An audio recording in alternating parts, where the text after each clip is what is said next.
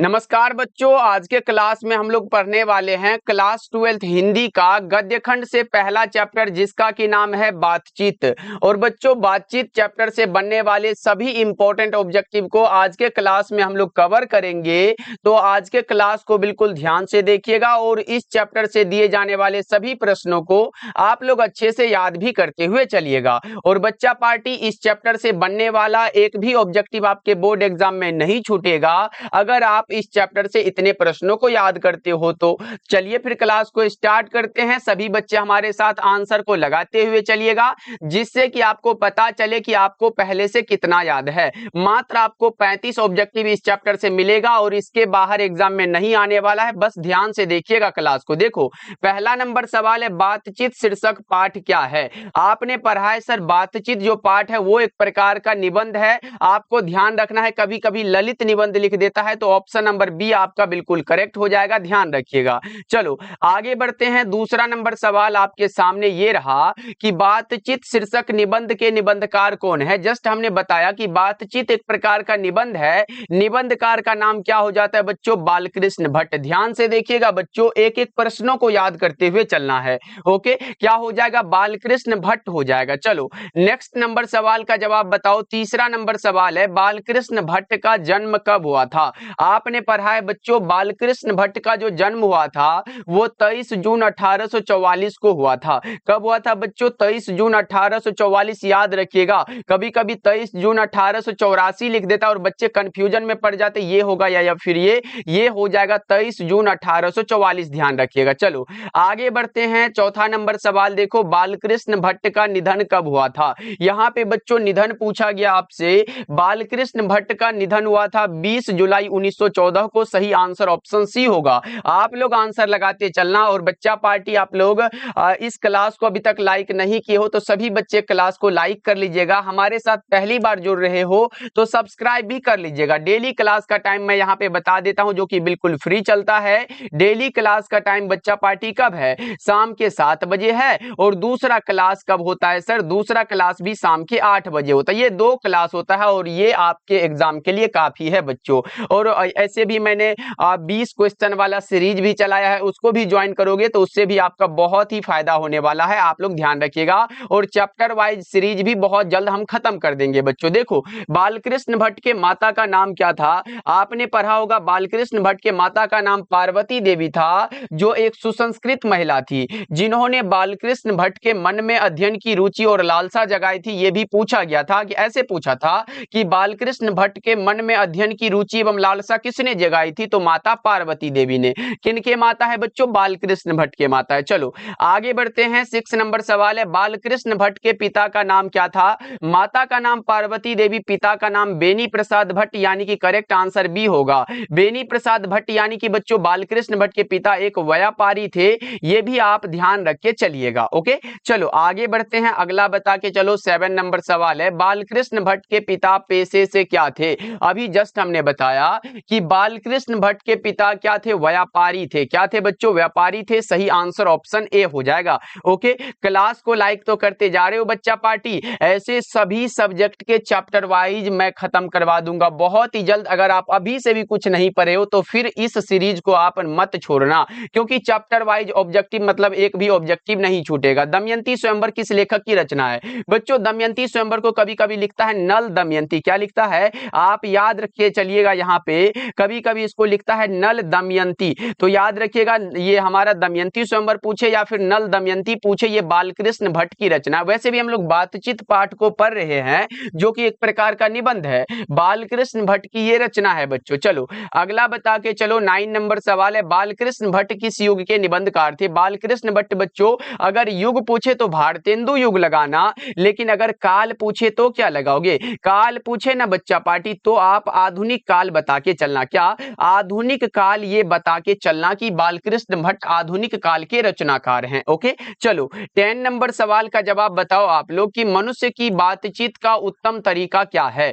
मनुष्य की बातचीत का उत्तम तरीका बच्चों ये होता है अवाक होकर अपने से बातचीत करना। सही आंसर ऑप्शन डी हो जाएगा। लगाते हुए चलो सभी प्रश्नों के आंसर और बच्चों याद करते हुए चलो। देखो 11 नंबर सवाल है, संयोगिता स्वयंवर किसकी रचना है। बताएंगे बच्चा पार्टी, संयोगिता स्वयंवर किसकी रचना है? फटाफट से बच्चा पार्टी बता देंगे। संयोगिता स्वयंवर जो है ये श्रीनिवास दास की रचना है। लेकिन अगर दमयंती स्वयंवर पूछे तो क्या बताओगे? एक बार बताओ बच्चा पार्टी। आपके सामने आएगा दमयंती स्वयंवर किसकी रचना है, तो आप क्या बता के चलोगे बच्चे?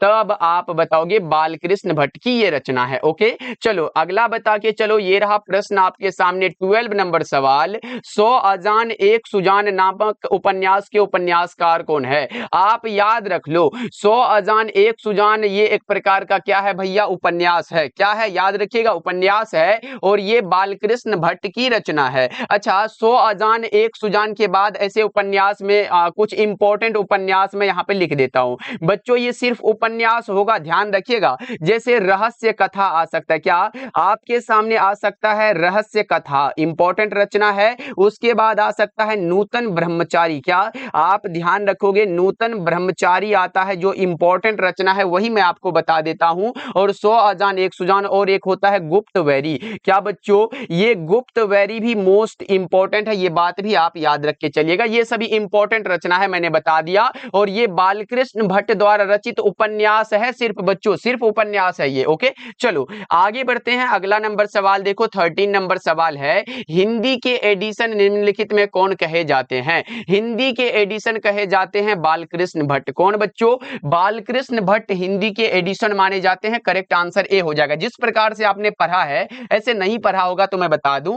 प्रेम के पीर के कवि जायसी जी माने जाते हैं, कवियों के कवि शमशेर बहादुर सिंह माने जाते हैं, हिंदी साहित्य के सूर्य सूरदास माने जाते हैं। इसी प्रकार हिंदी के एडिशन बालकृष्ण भट्ट माने जाते हैं। ओके, चलो ऐसे मैं पढ़ाऊंगा सभी चैप्टर को बहुत अच्छे से, जिससे कि एक भी ऑब्जेक्टिव एग्जाम में नहीं छूटेगा। जितने बच्चे नए जुड़ रहे हो सब्सक्राइब कर लीजिएगा। देखो, बालकृष्ण भट्ट की रचना निम्न में से कौन है? तो जस्ट हमने बताया, बातचीत शीर्षक निबंध के निबंधकार बालकृष्ण भट्ट हैं। जूठन ओम प्रकाश वाल्मीकि की रचना है। रोज अज्ञे जी की रचना है। और प्रगीत और समाज नामवर सिंह की रचना। ऐसे मैं अलग से नहीं बताऊंगा क्योंकि ये पर्सनल चैप्टर बातचीत है बच्चों। ओके, चलो अगला नंबर सवाल है कि निबंध लेखन की दृष्टि से भारतेंदु युग कैसा था? बच्चों उर्वर था।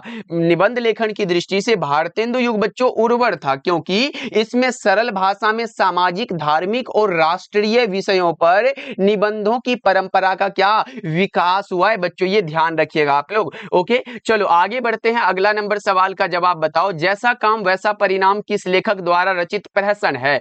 जैसा काम वैसा परिणाम बच्चों ये बालकृष्ण भट्ट की रचना है। लेकिन आपने ये देखा कि यह एक प्रकार का प्रहसन है। क्या है बच्चों? प्रहसन है। तो ध्यान रखिएगा, मैं आपको यहाँ पे इंपॉर्टेंट प्रहसन भी लिख देता हूं। ऊपर में हमने क्या लिखा था बच्चों? उपन्यास लिखा था, लेकिन यहाँ पे मैं प्रहसन लिख देता हूं। जैसे ये जैसा काम वैसा परिणाम तो हो गया, उसके बाद आता है नई रोशनी का विष। क्या बच्चों?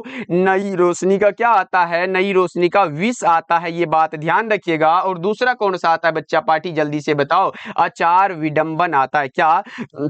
आचार विडंबन आ जाता है। तो ये बात दो रचना, ऐसे में तीन बताया, जैसा काम वैसा परिणाम, नई रोशनी का विष और आचार विडंबन।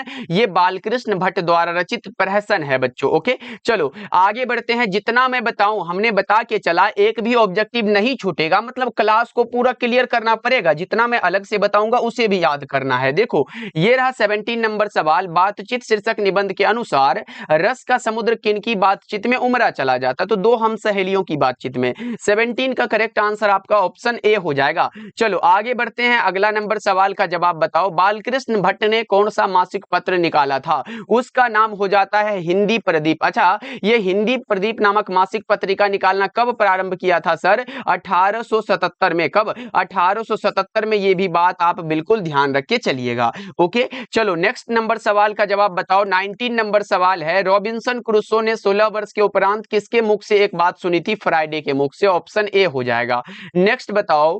20 नंबर सवाल है। बातचीत के माध्यम से बालकृष्ण भट्ट क्या बतलाना चाहते हैं? बातचीत की शैली। बातचीत पाठ के माध्यम से बच्चों बालकृष्ण भट्ट क्या बतलाना चाहते हैं? बातचीत की शैली। ओके, चलो अगला बताओ। 21 नंबर सवाल है। बालकृष्ण भट्ट को किसने अंग्रेजी साहित्य के एडिशन और स्टील की श्रेणी में रखा है? किसने रखा है बच्चों?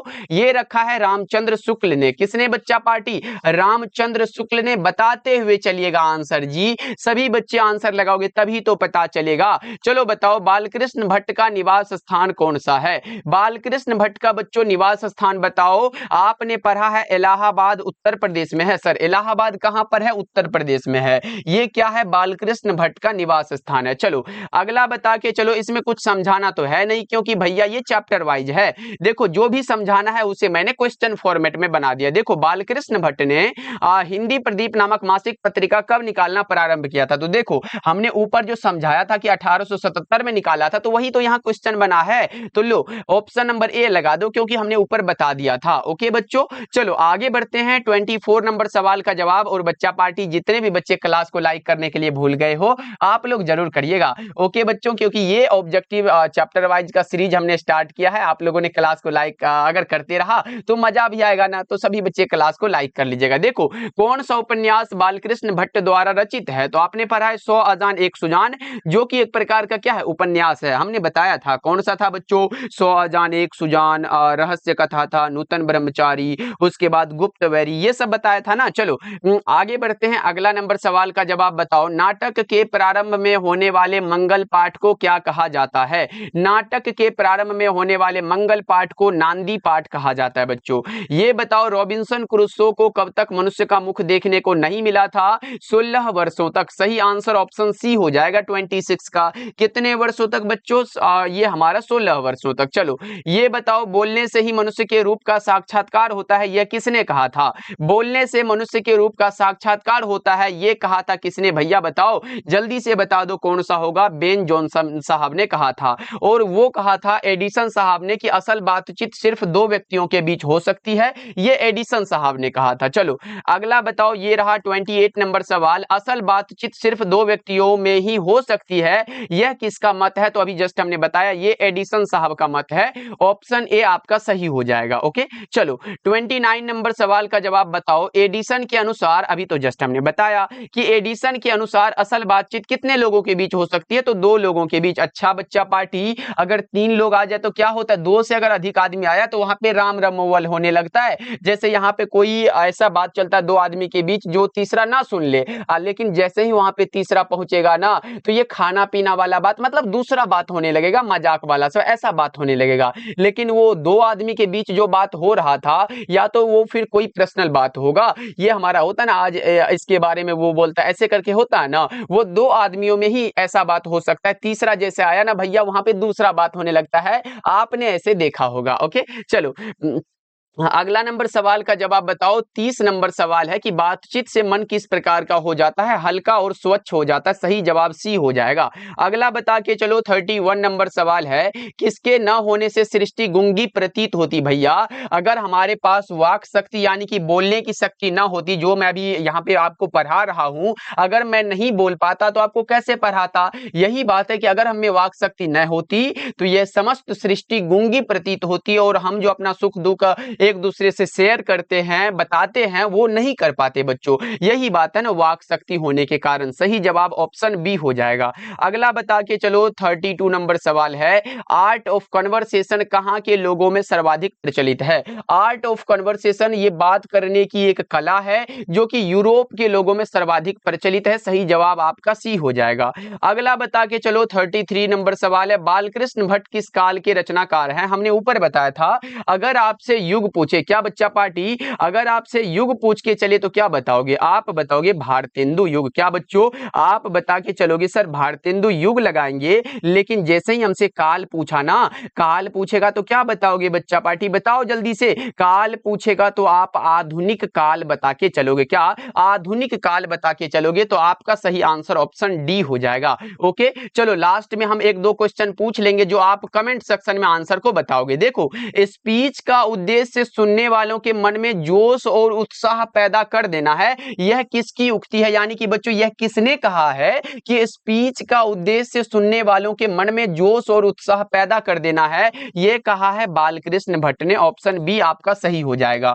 ओके चलो 35 नंबर सवाल का जवाब लगाओ और इस चैप्टर का लास्ट सवाल आपके सामने है कि बातचीत के जरिए भाप बनकर क्या बाहर निकल जाता है? हम जो बात करते हैं बच्चों भाप बनकर निकल जाता है, मवाद या धुआं। क्या मवाद या धुआं। करेक्ट आंसर आपका ऑप्शन सी हो जाएगा। तो बच्चों इस चैप्टर से बनने वाला सारा ऑब्जेक्टिव मैंने आपको करवा दिया।